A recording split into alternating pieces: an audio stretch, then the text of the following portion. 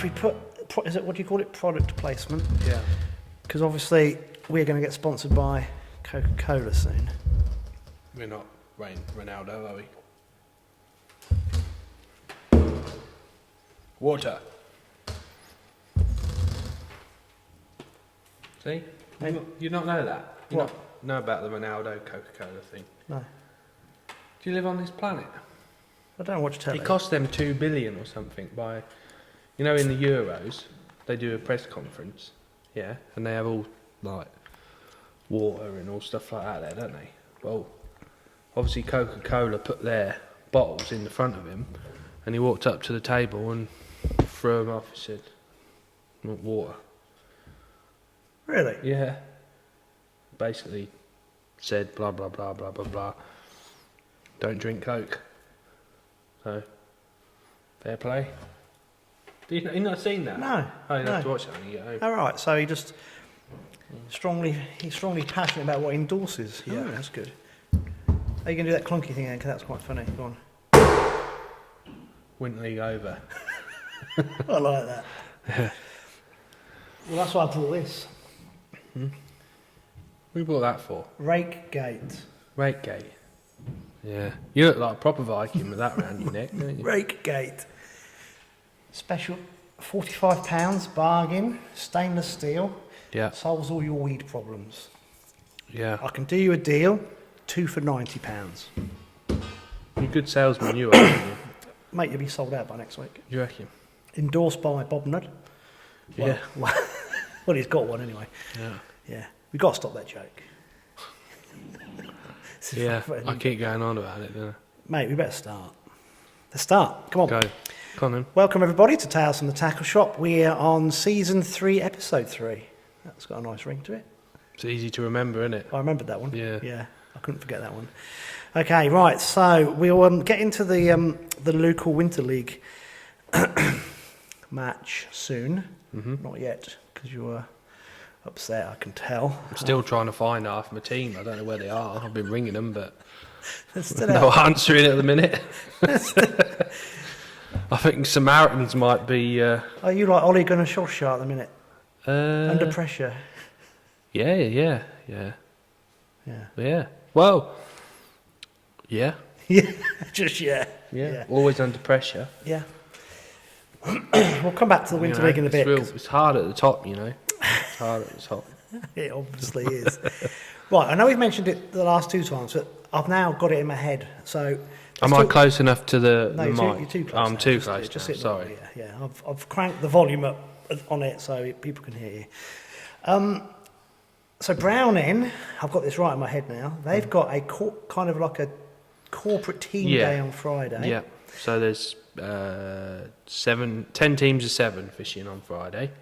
The reason I say that is we're going to try and do a little bit of filming and put it out on YouTube as a Rookery Water Tackle and Baits promotional type of thing. So keep an eye out for that. So that'll be good. So we're going to wing that one a bit and try and get a few of the Browning top match anglers to say a few words and perhaps, hopefully, I don't know yet, we might even be able to sit next to them fishing and see what's going on, but maybe not. We haven't even posed that question, but that might be interesting. And the Saturday is the big match, isn't it? Yeah, Saturday's the Browning Power Partner match, so be alright. Weather's not ideal, but it's like better for the commercial, but pants for the river. But Yeah. So it's same for everyone, isn't it? one of the partners is on Rookery and Yeah. one of the partners on the old course, the Nina March. Yeah. So there's quite a few people who've been practicing, haven't they? No, I wouldn't say there's loads of people being practicing. There's people interested, you know. People always fish March this time of year anyway. But Well, Tim Bates has been out. yeah, he's been out. They- But he's on Rookery, not on the drain. So They've got to be like hot favourites, haven't they? what, for the wooden spoon?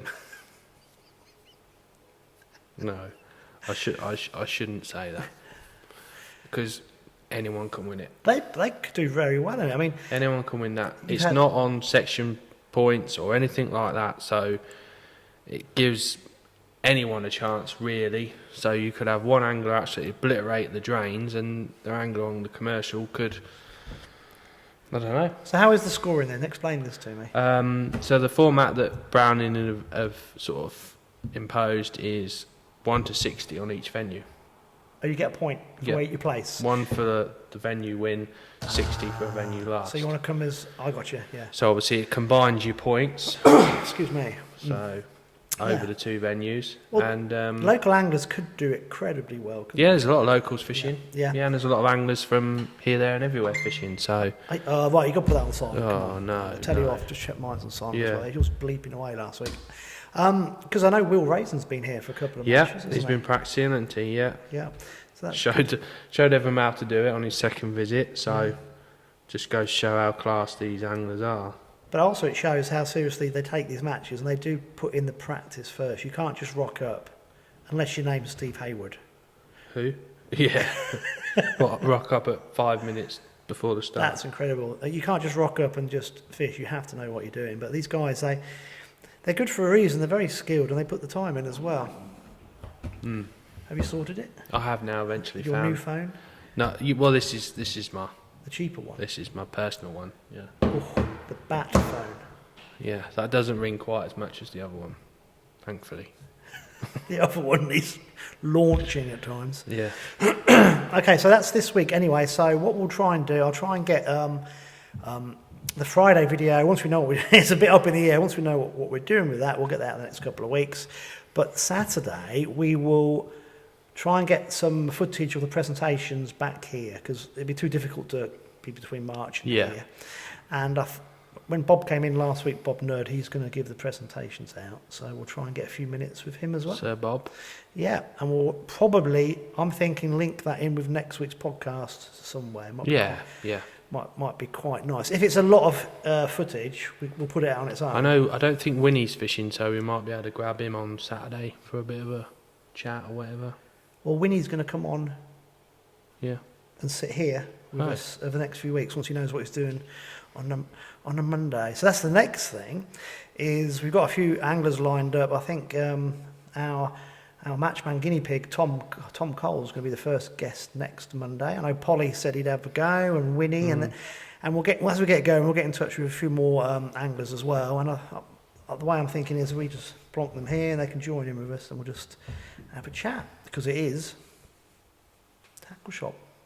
Yeah. See what's going on. So that's the new format for this year with the guests. So we've got a few people lined up, but we just need to get that off the ground. Talking of Tom Cole, I don't think we should give out the match result for that match today. No. But talking of Tom Cole, I think he sat next to his idol on Saturday and was too busy watching his idol, and that's why he didn't do as well. He got thrashed Saturday, didn't he? Yeah. Well, everyone did, didn't Yeah. they, really? But Will Raisin had £200, didn't he? yeah, And the next best weight was, 144. that's pants down, isn't it? That's a good sound thrashing. Yeah, So- we'll come on to those later. So Tom, you think Tom spent most of the time? Drooling. Yeah. We'll ask him next Monday. Yeah. I think he spent more time watching Will Raisin than fishing. Did you get an autograph? Yeah. No. I doubt it very much. I've got a frog in my throat. It's obviously COVID's lingering. I won't lick you. You'll be all right. No, thank you. Yes, so last Thursday we had another open on here, which is always very well attended. I don't think we should give the results out today, because this will go out on Wednesday. I'm hoping to get that video out on Friday. Right. So, don't want to give it away, but it was I think it was a brilliant match. It was close, wasn't it? Yeah, and the conditions were bloody awful, really. It was so cold. But the fish It was sort of the first day of real cold weather we've had. Yeah. The nighttime temperature was pretty cold as well, so... I'll tell you what, there's two things I've really enjoyed about it. One, there's such a nice bunch of regulars that come. They're a really nice bunch, aren't they? And they don't mind me wandering around with a camera, and they're more than happy to have a chat. And I just think that's really cool. And the second thing is, it's a good quality field as well. Oh, yeah, definitely. And also, what's interesting, you're getting the odd non-local top guy coming. So Will Reynolds popped down, didn't he? He had a fish. Yeah, he does fish here quite a Does lot. he? Yeah, he does. He doesn't do Thursdays as much because he's working normally, but he does fish a lot of Saturdays. And that's the his whole dad with him family. as well, was it? No. There's a whole Winter League team of them, I think. Is it really? Yeah. There's Bill, which is Will's dad, which he fished for the England, not the veterans, the next one up. So he was away in Slovakia or Slovenia or wherever Slovenia, they were. yeah. Slovenia. And then Alan obviously comes. There's Les, Steve, Ben, and then Bill Senior, which is the granddad of all of them. Yeah, there's quite a few of them. See, I don't know any of these guys, so I only know them as you Yeah. and you just tell me the odd snippet, and it's interesting because I was try and have a chat with them, and they're always really, really friendly and willing to help. Yeah, they are. I mean, some people think that top anglers aren't sort of, you can't really ask them questions and things like that, but I mean, some of them maybe are a little bit, less sort of approachable, but if you're an angler that wants to learn, if you stand way back, if they're fishing, when they're actually fishing, it's a different ball game. But after the match, before the match, that's the time to ask you questions, and because when they're fishing, that's what they do. They're in the zone. And we can't skylight them and scare the fish off. No, it's not going to help anybody. But no, you're right. But yeah, it's been very wise words. If you're ever at a match and you see somebody afterwards, just say, "Is it okay? Can I have a quick word?" And I'll tell you what, every time I've spoken to somebody, they've just gone, "Yeah, no problem." And it's been nice. And I normally got a camcorder or something in my hand as well. And I said, do you mind just having a few words? And they always say, "Yes, not a problem. It's good." And that's a nice thing about the match fishing world, I think. It's very friendly. There's a lot of people out there who want to positively promote it, which is very good, which is nice. Quick update. I went to Lincoln last Monday. Did the 2-hour trip each way. I had a really nice evening with a small bunch of guys. It wasn't a great turnout, which was a bit disappointing because I had travelled a long way. I don't think it was overly advertised, but that was good. So maybe you're just not as popular as you think you are, Andy. I'm not popular at all. I just think they needed a slot filling, and Muggins here went to do it. Let's be honest. And also, I don't want to do them. It's like I don't want people knowing anything. But no, it's good to get the Fenland Guardian scheme noticed in Lincoln. That's the main reason I went, because obviously we need to spread the word. Haven't spoken about the Fenland Guardian scheme on the podcast yet this season, but things are really quiet. And for that good scheme thing or a bad thing? Is a good thing. So for months we have heard nothing, and I spoke to Al Thompson, who's our local fisheries enforcement officer, probably about a month ago now, and he said it's ever so quiet, which we kind of like concluded either we've done a really good job, and those individuals who were committing illegal fishery offences and fly tipping and other environmentally damaging activities, they twigged that someone could be watching them, which I'd like to think they may have done. Alternatively, they may have just started doing it at night, which is going to be incredibly hard to police. So let's be realistic about this. There's probably a lot going on that we're not going to see. We can only do what we can do, but the response from everyone that's helped out has been amazing. I know we had a couple of guys this week found deadlines, and that's the first deadlines we've had reported for 6 months. So the other good thing about this time of year now, the middle level should be cutting the bank, shouldn't they? Yeah. They're about as well, so yes. It's not as easy for people to hide, is it? No. It's, in the winter, it's very easy to see people, so it's quite easy to spot. What's that noise? I think it's the freezer. Oh, we've left it on. We'll persevere. That's all right. It sounds like we've got a fan, with that hot. I can just hear it over the mic, but it'll be all right. Yeah, so the Fenland Guardian scheme has worked very, very well, and everyone who's helped out, fantastic. And that's why I went to Lincoln, really, just to share the word with that. And I know they're thinking of implementing something very similar, so that would be good. But we've got a few things in the pipeline. I've got a meeting arranged soon, just with the key stakeholders. No one, not opening it up, just to have our first meeting, because we haven't been able to meet because of COVID. So that'll be good. I've got the police coming, Environment Agency, and just one or two, like I said, local angling clubs, and maybe one or two businesses might be coming as well. So that's good. So the Fenland Guardian scheme has been... So what angling clubs are in the Fenland Guardian scheme? Oh, do you know what? I always miss one out. Let me get this spot on this time. Whittlesea District. Yeah. Chatteris Working Men's Club. Mm-hmm. Parkfield. Mm-hmm. RNA Angling. RNA, what's So that? Parkfield, RNA Angling and the British Pike Squad is the 16-foot. Right. So RNA is it's Ray Field, basically, who runs Right. the middle, Oh, right, yeah, I'm with who you. runs the middle section of the 16-foot. So I'll start. I'm going in an order. So Whittlesea District, Chatteris Working Men's Club, Mm-hmm. the 3 16-foot clubs, which is Parkfield, RNA Angling and British Pike Squad. Got Kings Lynn, obviously, Yeah. huge club. Marchand District, Yeah. that's 7, isn't it? And I need to catch up with Keith, Colgate Keith. with Ramsey. I know they're quite keen to do things on their own. That's fair enough. But I'm going to invite them to the next meeting and see if they just want to see what's going on. Because if we get Ramsey involved as well, it's a It's whole, the whole of Fenland then, whole isn't it? middle level sorted as well.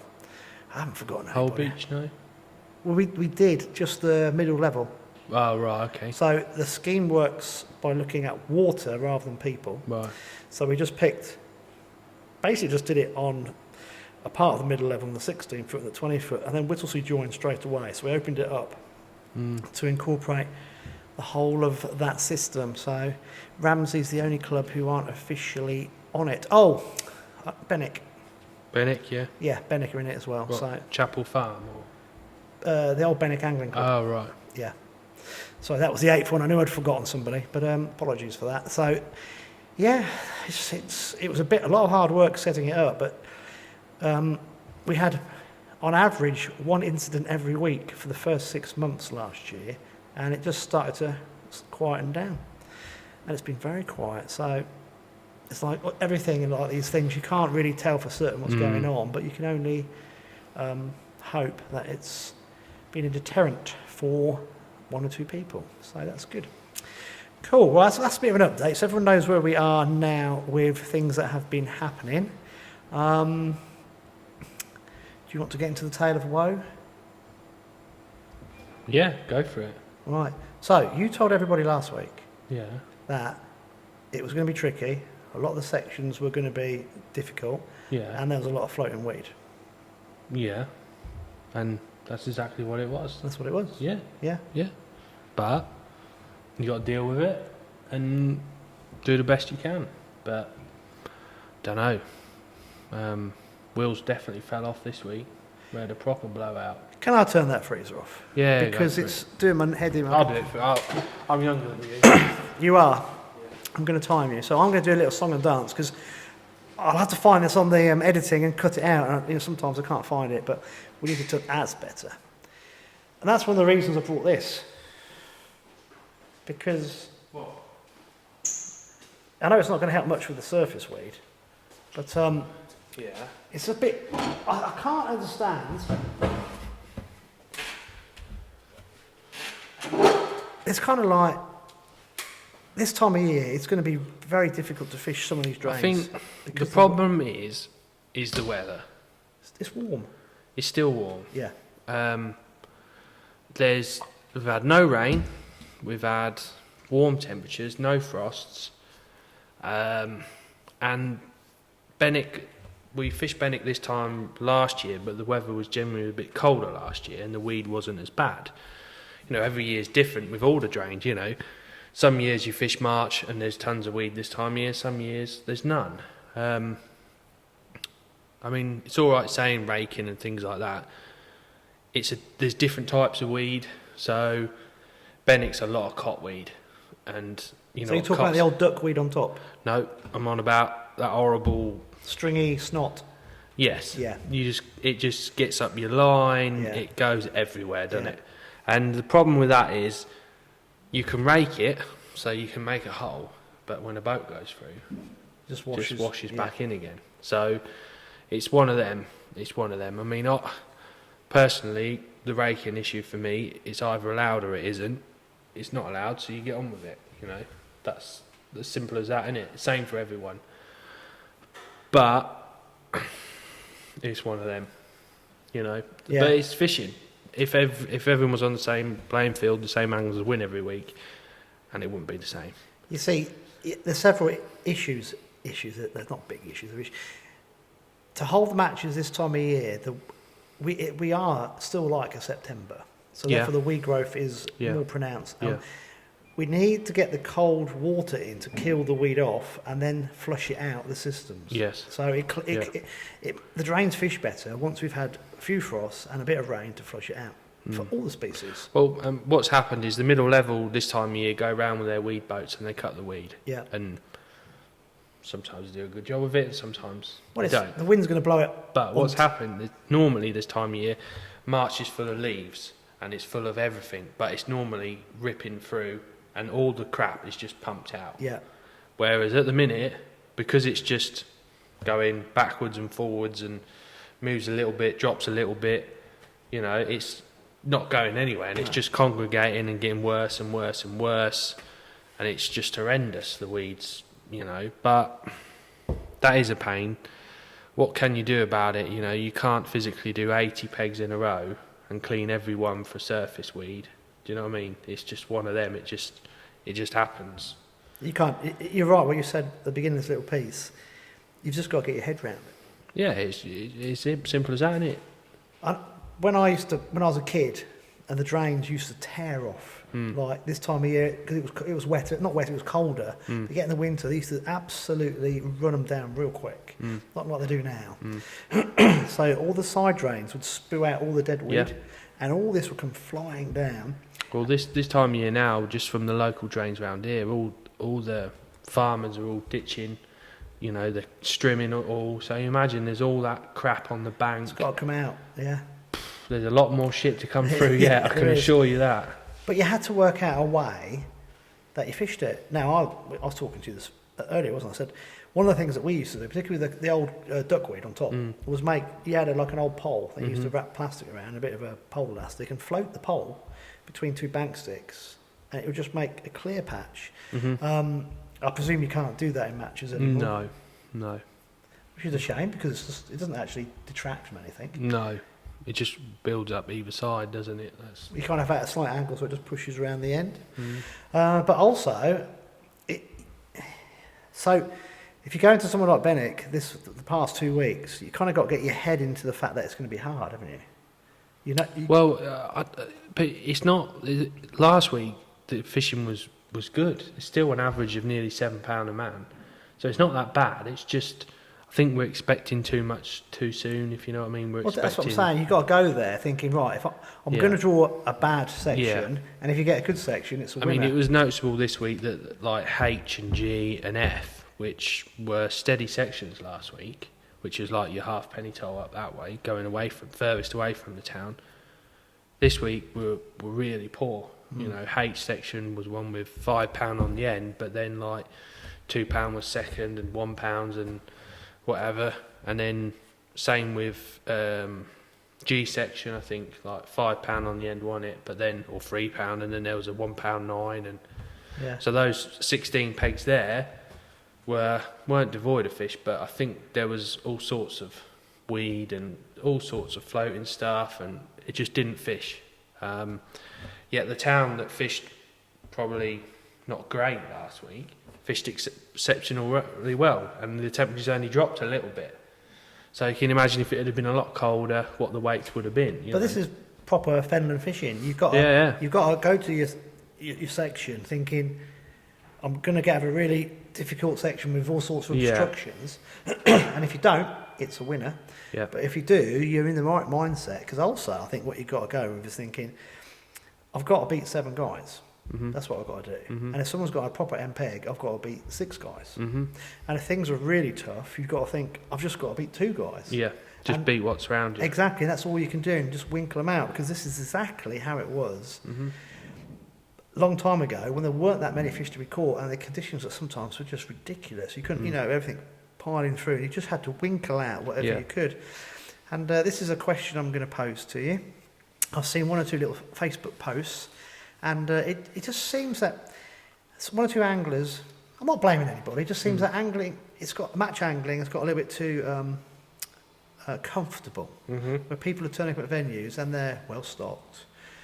There's a lot of fish to be caught, whereas it sounds like this leg of the Winter League is back to old school, winkling out what you could, and it's very difficult. Yeah, I mean, yeah. Do you think it's caught a few people out? Yeah, I think we're expecting a bit too much, but on the whole, Benwick's never been a big weight venue anyway. No. It's always been 60 pegs in a row, pretty even. You think it's pretty even, but there's odd bits and pieces that make it, and the draw we had, I thought before the match we had a good draw. I honestly did. I thought, that's nice, that's the right end. Going from the previous week's results, well, that'll be all right. Well, he's bunghole there, that's bunghole there, perfect. And I felt really confident we was going to do well. Thought, get back in the mix this week. Yeah. And the pegs that we thought were going to be the right ends of sections and different bits and bobs turned out not to be the right ends, and a bit of this and a bit of that, and before you know it, we've got the worst score we've ever had. But looking back at it, what would we have done differently? And we probably wouldn't have done anything different. No. So before we get into the results, this is why I've got this really. Now, I totally agree with you. It doesn't matter whether rakes are allowed or not. You just got to get on with it. Yeah. But this might be an interesting question. Mm-hmm.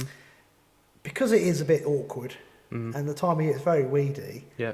What is the decision not to allow raking before these Winter League matches? It goes to a captain's vote. Captains speak to their teams and they vote yes or no. Right. And the other thing is you can't sort of say we vote to have the rake in for the practice match but not for the match, because as well as I do, you rake it differently to how I rake it and so forth. Do you know what I mean? Yeah. So you either allow it for both matches or you don't allow it at all. Yeah. Which is definitely the right way to do. And if whoever votes for what, then that's it. You move on. So this was a captain's vote, and yeah. Okay.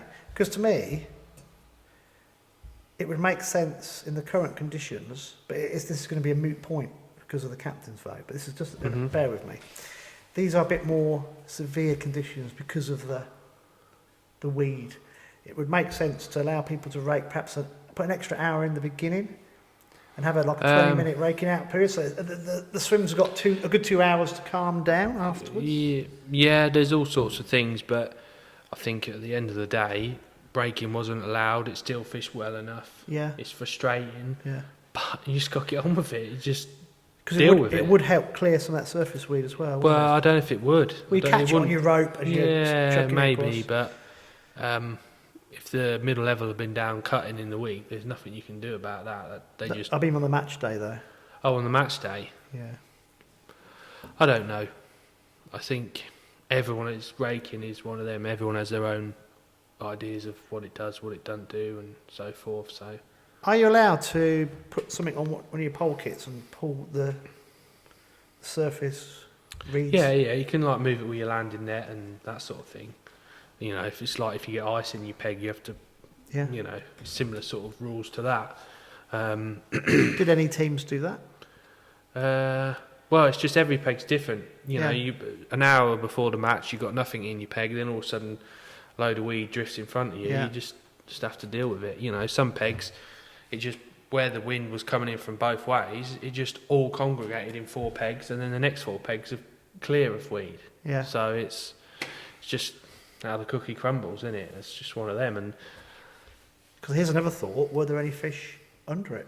Oh, I would think so. Because it's great cover, isn't it, from predators above? Yeah. That's the other thing, because I know I've been down along that bit rud fishing over the last 2 or 3 years, and the amount of I'm not talking about the big rudder. There's millions of little things, and they always seem to find them between the bank and the lily pads. There's a little gully, and they love running along there, and they love running the other side of the lily pads, but right underneath them. Mm-hmm. And when you guys are talking about this weed problem, I'm thinking, God, I bet there's loads of ruds. Not in all, they won't be spread evenly, but in certain bits, there's bound to be a few rud. So you get little 3 or 4 pegs where you get some rudd, and then 3 or 4 pegs where you get pockets of roach, and then little silver bream, and then there's areas where there's not a lot, and fishing, isn't it? So, in conclusion, tricky conditions for some people. Well, yeah, they were tricky conditions. And the other thing is some pegs had been raked during the week by other clubs fishing on the venue. So going back to the scenario, if you rake the practice, you'll be able to rake the actual match. So we fished the practice match last week. No one's obviously allowed to rake. Some pegs are clearer than others. Fair enough. That's but then, because the club in the week, some of them had rakes, some of them didn't. Some pegs had quite clearly got a big pile of cot on the side of them, and some pegs hadn't. So it's interesting to see the results, but it's one of them. Yeah. One of them. Yeah, it's like I said, I think you just got to go with the mindset that you could have a dodgy swim, and you've got to somehow work out a way to get the best, extract the most out of it that you possibly can. Right, so do you want to dive into the results? Yeah. So have you memorised these? Yeah, pretty much. All I know is we come 5th out of 8, which is a bit of a disaster, but we've got 4 more rounds to go, so anything can happen. Yeah. So it's one of them. Quite often you can it's so close, our league, it could shuffle around with 2 or 3 results. And what I will say is, well done to Peterborough. They're a new team formed, they're really keen, they're having meetings every week, and and they've come 4th, which is it actually brilliant. helps having them in. Oh, without doubt. Because you get a bad result, because you've got more teams. It's not just us, all the other teams, it makes the competition even better. You've seen how sticky this table is? No. Yeah. So, well done to them, basically. It's brilliant to see teams like that getting new anglers, fresh anglers that maybe used to fish years ago and now come back into it, and it's good. So fair play to people. That is good. It's what the league needs, some fresh faces, no doubt. Maybe next year they might change a few venues to suit other teams as well. So you just don't know. But well done to Peterborough. So as a whole, the top end, so like F, G and H wasn't particularly brilliant this week, but we always knew 8 toll has always been notably hard. Yeah. I think just the last 3 or 4 years it's been better than normal. Copper would have fished how we expected, sort of £6 would have been a good weight, which when you look at it on paper, say £5.11 won the section, but 5th in the section was say £4.9. Oh, so it's tight. It's proper close fishing. It's a proper fishing match. And how many fish to the pound roughly? They're little. That's the other thing. Do you get your head down and catch these, or do you try and catch some better stamp fish, or it's all part of team fishing, isn't it? So, cup holder wasn't big weights, but consistent. Yeah. There's one of them. The town fished a lot better this week. Steve Goodrum won the match from A1 with £19 odd. Great weight. Just fished a whip all day. Like 300 fish probably. Loads of bites. Runner-up was Steve Welford from C section on the cables near the wires. Josh won the match the week before from the other side of the wires, but I think Steve was this side of the wires and he caught all bits and pieces. So £18 at Benwick and bits and pieces is a good weight. Whatever. But standout performance for me was James Draculic. He was 3rd. He had 16.5 pound. He was in the section to my right, which you've got Little London where there's some boats, and then it just goes round a bend, sort of comes into a bit wide a bit to where I am. It's normally a good waggler area, and James Draculic's had 16.5 pound on the waggler. Nice. So he had a lovely day's fishing. What will there be? Rudd, skimmers? Roach. He caught roach apparently. Did he really? Don't quote me on that, but that's what I've been told. He caught roach, so that's a mega weight from there. Yeah. So, that was sort of standout performance for me. Then Malley was 4th. He drew the willow tree in A section, which you still got to catch them, but it's been because of the weed, because it's in shade. There's been less weed there, and you can get to the bottom. You can fish properly. But the whole of that A section fished pretty well. So individuals, that was them really. Bob Fitztench had 2 tench. Well, this is the other thing I was going to say. I Yeah. might as well butt in now. Yeah. You see, going back to when I was bored Yeah. and fished it, you would always lose out to somebody that would catch a couple of bream or potential to. Yeah. In these very tricky matches where there weren't many fish about. And that's not a bad tactic, is it? Is it worm line, I suppose, or just you've got to go for that. You've got to go for that bigger fish in those tricky He even conditions. said if he ain't left his lobworms at home, he'd have caught 4. So that's how confident he is, eh? No way. That's what he reckons. What's a cheesy Fitch Tench? Bob Fitztench, yeah. He had 2, did he? He had 2, yeah. 11 pound odd or whatever he had, I think. Well, they must have been £5 tench and about. Oh, he'd catch perch and all his other worm-eating fish. He's a maestro, isn't he? On the He is worm on that. tactic, Old Bob Fitztench, he loves that. You don't want him in your section at Benwick because you know he's going to have 2 red-eyed tench. Wow, it puts everybody under pressure. Well, yeah. Because they know that he's at some point in the match he's going to switch to worm tactics. What, from the start? Yeah. But team-wise, Matrix Image, they won on the day. I think I'll just get the scores for you. Well, they've got a really strong team. They have, yeah. Yeah, they're a very good team. Well, everyone's strong. Yeah. You know, there's no idiots in this league at all. So Matrix had, don't want that sheet, I want that one. So they had 32 points, which is, you know, very good score. I think last year they absolutely paralysed Benwick this round. I think they had like 21 points or something last year. Yeah. So it just proves it was a little bit more patchier this week. And then Hot Rods was second again. Nice steady team performance. They had 33 points. So they were close, really close. Third was Stanjay with 35.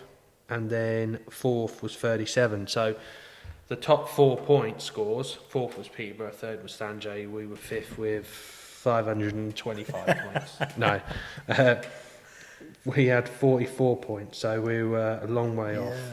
So there's 5 points between the first 4 teams. Yeah. That's close. Very close. Yeah, that's good. So, that's good.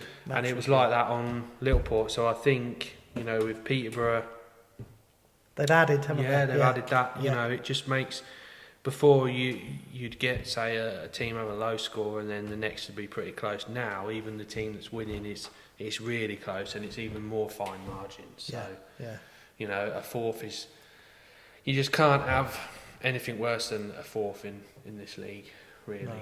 You just really can't. So it wasn't the best, but you did all right, didn't you? What did you? I had a nice day's fishing. I was what's that, ABC? E section. I've moved along a bit from last year. I had 12-3, second in my section. So Didn't who really. Beat you? Paul Cowland beat me. We did well. We fished a nice tidy match. Just fished nice and steady match really. Got his head down, catch on 2 lines and. Kept cupping in ground bait and fished the same match as I did, but I perhaps, looking back... You were fishing 2 lines and just... Oh, I had about 5 lines on the go in the end, but it was... I don't know. I really felt that my waggler line was going to go because where I am, it's a wide bit and then there's a boat moored on the far bank, which is an obvious feature, isn't it? Especially when you've got miles of nothing and then there's a boat, so that's definitely a help, but... It didn't, how can I put it? When it's clear like that, I always think at March as well, depending on where you draw, it's nice to have a boat, you know, but sometimes the fish want to back off too quickly to it. And it's a long way over, it's like 16.5 metres to get there. So it's mainly a waggler peg and, you know, plumbing up. I must have spent an hour plumbing up yesterday, trying to find holes and... The depth of water I wanted to fish in, I found one decent hole and one weren't happy with, but I couldn't find anything anywhere else. It was a bit too close to my other line, and I thought, I settled on that. And then a boat went through with about 40 minutes before we started. So I was like, right, well, I've just wasted all that time, probably 40 minutes, trying to plumb up. So I waited for it to go through, waited for the water to settle down a bit, and then I went back out with a big plummet, and I'm dragging it about, trying to find little holes in the weed. And I think I fed my worm line in too deep a water. It was too down the middle. It needed to be further over, I think. But that was the only place I could find that was clear, because I wanted sort of 2 lines for my main roach from small fish fishing. I spent too long on the short line trying to. I think I should have gone longer, quicker. Yeah. I wasn't expecting to catch anything on the short line, to be honest, but I just flicked a bottom end only rig in on the whip, started on that, and it was, fish, a real decent start. Excuse me. Fast start, quicker than pull. Pulls fish nice steady away on his sort of bit longer line, and took a little while, but he had a good middle towards the end match, whereas I had a good first hour and just steady. Do you know what I mean? I don't know. Yeah. I just spent too long. I should have gone longer, quicker, and I should have perhaps persevered more on the pole rather than trying to make the waggler work.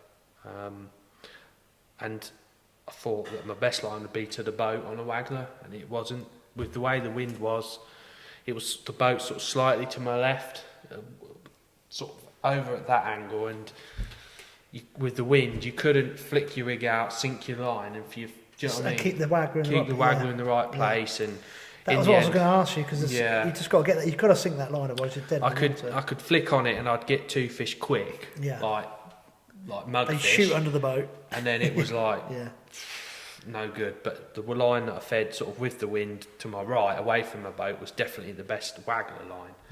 Yeah. Which normally I do all right on the waggler on there, and I was quite annoyed that I didn't catch as much. Couldn't you get tight behind the back of it? No, because he had this dinghy thing. That's a pain. Because that's normally a bit of a banker, isn't it? Yeah. But that's good though. It's, 5 ounces. Spent too much time trying to look for a big fish as well. Perhaps I didn't give it that long, but in hindsight, Paul's beat me by 5 ounces, I think. So if I've probably spent 10 minutes in the match looking for a bigger fish. But if you'd connected with a tench, I only needed a 10 ounce perch. I had a 10 ounce. No, it weren't that big. Probably 4 to 6 ounce perch come off on the whip, because you're fishing fine. I've sort of struck and it's come off, and my hooks like opened up. I was fishing real fine hooks, and that annoyed me. But it's fishing, isn't it? Everyone's lost it, Yeah. Right. So you've got is it on the old course the name? Yeah. It's the practice match on Sunday. So the next 2 Sundays are at March. I saw Gav Wright's put a post up saying the practice on Sunday for the Winter League the following week. Yeah, they're not using the main town bit, behind the swimming pool in that area. They're not? No, not using that bit. Why not? Just don't need to use it really. So that's the best bit. Yeah, well, the bypass I think will be the best bit, to be honest, with it being so mild. And last year the bypass was absolutely rigid with fish, but literally just as we were sort of going on to it, that was the end of the fishing, wasn't it? So I think the bypass will be where you'll need to be this next That'll be interesting couple of weeks. To see, won't it? I think there'll be a lot of rudd. I think there'll be skimmers still there. Don't think there's as much weed up there either, which is weird. So we'll see. I'm looking forward to it. Can't wait to get back to March. Haven't fished it since. What's that bit of construction the other side of the bypass? From what I've been told, well, obviously West End Park's going to be extended all the way through up to the bypass. Is it really? Yeah. So they're not going to build? Well, they're leaving a gap. The park is, the width of the park. Yeah. What is now at West End and that. I think that's going all the way up to the bypass. Oh, that'd be good. Yeah. Yeah. So there's going to be obviously a tarmac path, and they're going to put bridges over the dike, like up near the bypass end, because you've sort of got the river path, then the bank, and then the dike, haven't you? Yeah. So I think there's bridges sort of going over, and I think hopefully you'll be able to park along there. I'm sure there'll be access to the park. They're not just going to have one up that end and none for the rest of it. You think there'll be another road coming off there? I do, a bit like Oxbow, which would be nice. Yes. And then what they do on the other side, because of the new houses that are all being built, is it like a flood, like a overflow pond, where all the water from the houses and that will all go in there, and that's what they're digging the other side of the bypass. All right. And apparently there's a car park going in, which will be good. Very good. Help you guys out, won't it? Well, yeah, not only that, dog walkers, Yeah. pleasure anglers, everything really. That's what I've been told. Don't quote me on that. Deadliners, netters, they can get there at night. Well, Yeah, they could easy, do, but yeah. you've got people on boats there, haven't you? So, it's, That's one of the areas as big as a hotspot under that bloody bridge. yeah. Yeah. There we go. Yeah, it will be good. I shouldn't be so negative. No, that'd be good. Right. Should we talk about the matches here, but not like the Thursday Open? Oh, sorry, can't give it away, can we? No. So Wednesday they were on J, 40 of the over 60s this week. 40? 40, yeah. It gets stronger and stronger. Yeah, so 40 out of 47 pegs, so you can imagine, too many on here. Did Will fish? Yeah, I think so. Did. Yeah, obviously I wasn't here Wednesday, but I've seen the results and that. Rob Heath won it with 105, and then runner-up was Mr. Watling, Corned. Corned, yeah. He had 103. Ron Clark from March, he had 93 pounds.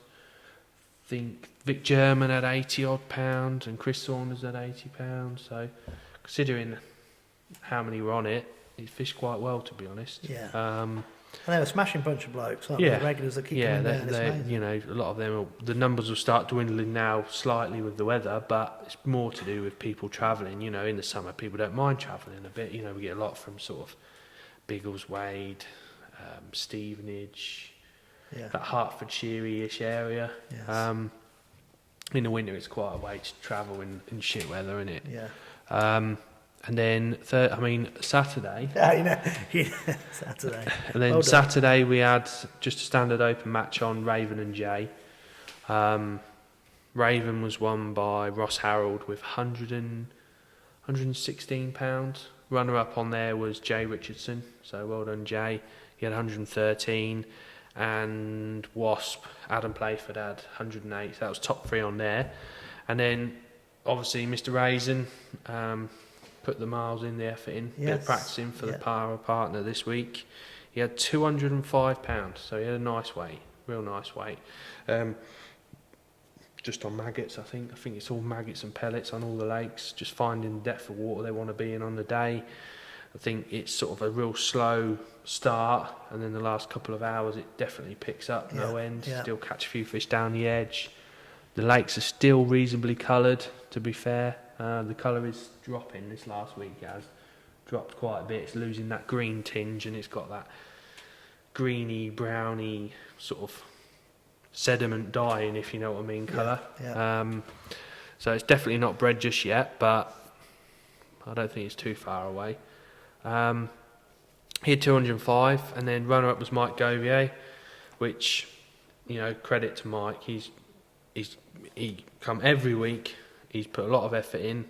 When he first started, you know, he's getting a bit demoralised, but he comes every week, asks the right questions, you know, goes everything in the right way in my eyes of learning, you know.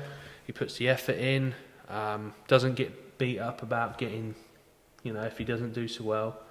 And he had £144 for a runner-up, so, you know, well done, Mike. And then third on that lake was Darren Davis had 129 from peg 38. I think Polly was fourth with 126, and I think Ben was fifth on that lake with 119. Ben Townsend, so yeah, fished well. Yeah, that's good. It's still not cold, but it's the temperature is dropping, but these fish are still feeding. They're not moving about as much as they were. No, that's a fact. No, but they're not going to. It's middle of October. Things are going to slow down. Right, so that's really good. Excuse me, I've got this frog in my throat. I can't shift. Should we look at some local ones? The reason I grabbed my phone is obviously we're going to look on the Book of Face to do this. So shall I start with Tidgurt? Yeah. Because it's interesting. Yeah. Because let's be honest, apart from the odd bream catch, Tid has not been fishing well at all, has it? But it does seem the last couple of weeks they're just getting a few more a few more fish out, particularly down the top end. So top end, what, nearest the pipe or near the bridge? I just meant the top end in general, like main road. Sorry. Yeah, that's what I was talking about. So I'm just looking here. So I mean, they had a small gathering on this weekend. There's only 5 of them fish, but I think £6 won it. So I'm looking. Gary Burton won it. I'm just being a bit of a boomer here. That's the one. Yeah, that's the one, is it? Yeah, Gary Burton. Yeah. So that's better. They're getting some silvers, and I think some guy. I'll find his name out in a minute. £7 won it the week before, so that was good. Yeah, Gary Burton 6.12. Yeah. And they're getting like £4, £3. So there's a few more fish showing up. Did 118 win Wednesday's match, did he? I think it was cancelled due to... Yeah, I'm sure he fished. Is that one? That was the Wednesday match. And the winner was... Ian Benton. Oh, Ian won, did he? Yeah, £9.6. Oh, good. Yeah, so that was good. Yeah. Second was John Taylor and Pete Emery, both had £7.4. Right. So that's better, isn't it? It's just fishing a little bit better now. There's a few more fish turning up. I know Ramsey's still a bit up and down. They fished St Mary's this weekend and they fished abysmal. Were they at St Mary's? I'm sure they were at St Mary's this weekend, but they're a bit further down. And then in the week, I think Colgate Keith had £17. Did he really? Caught all right through, yeah. So the thing with that place, you just need the cold weather and the fish, they migrate in there and the weed dies. Yeah. And it's just predators push them all in there and Well, it's the fish solid. they're not moving yet, are they? No. No. I know that the Whittlesey boys struggled a bit on Saturday on Glassmore. I haven't looked at their results. Should we find that one in a minute? Yeah. So I've got Holbeach and District. We haven't mentioned Holbeach for ages. And I'm just going back because they're struggling a bit now, but they were catching a bit earlier on in September. And this must have been not from yesterday, which is Sunday the 17th. Thank you. This will be the week before, and it was it looks like it was a cement bridge on the Holland, and bits. So it wasn't much caught at all. I think £1.10 won it, small perch. £1.10? Yeah, and second was £1.2. But the week before was better. They had it on the Orchard stretch, which is a bit further along. The flies are back. It's the only one though. It always goes round your head. It headbutted me again. Yeah. It's the same one from last week. It's going, shut up, Andy. So the week before was on the Orchard stretch, and £15.5 won that, and second place was like £10.7. Is that right? And I think third place was £8.2. So there are some fish showing on the Holland as well, which is nice. So it's good that these angling clubs are getting a nice little turnout, and they're having some nice matches with half decent catches. I think we mentioned it last week. It's a transitional time, isn't it? Fish are on the move, aren't they? Yeah. Well, the water needs to do something first. The weed needs to die. It needs to get flushed out, and then the fish then can find their winter quarters. But at the minute, it's all a bit random, isn't it? And yeah. It's not quite. It's not. The fish want to be starting to move, but they can't move because it's still very early autumnal. So that seems to be the problem. Right, buddy. Is there anything else you want to mention locally, match result wise? No, I don't think we've covered everyone, haven't we? Yeah, we have. Yeah. Can't think of any others. No, you don't mention Gav Wright? What about him? Why? What's he moaning about this week? I haven't seen him moaning this week. Oh, right, no. okay. No, but I'm sure he might. He's always moaning about something, isn't he? Should we finish it there? Yeah. Right, so thank you for watching, everybody. As you can tell, we're kind of slowly getting into the swing of things because this is a bit different than we've done it in the past, so we're kind of finding our own way. But things will pick up, and as the match results start to get bigger and bigger, we can start to plough into what's going on locally as well.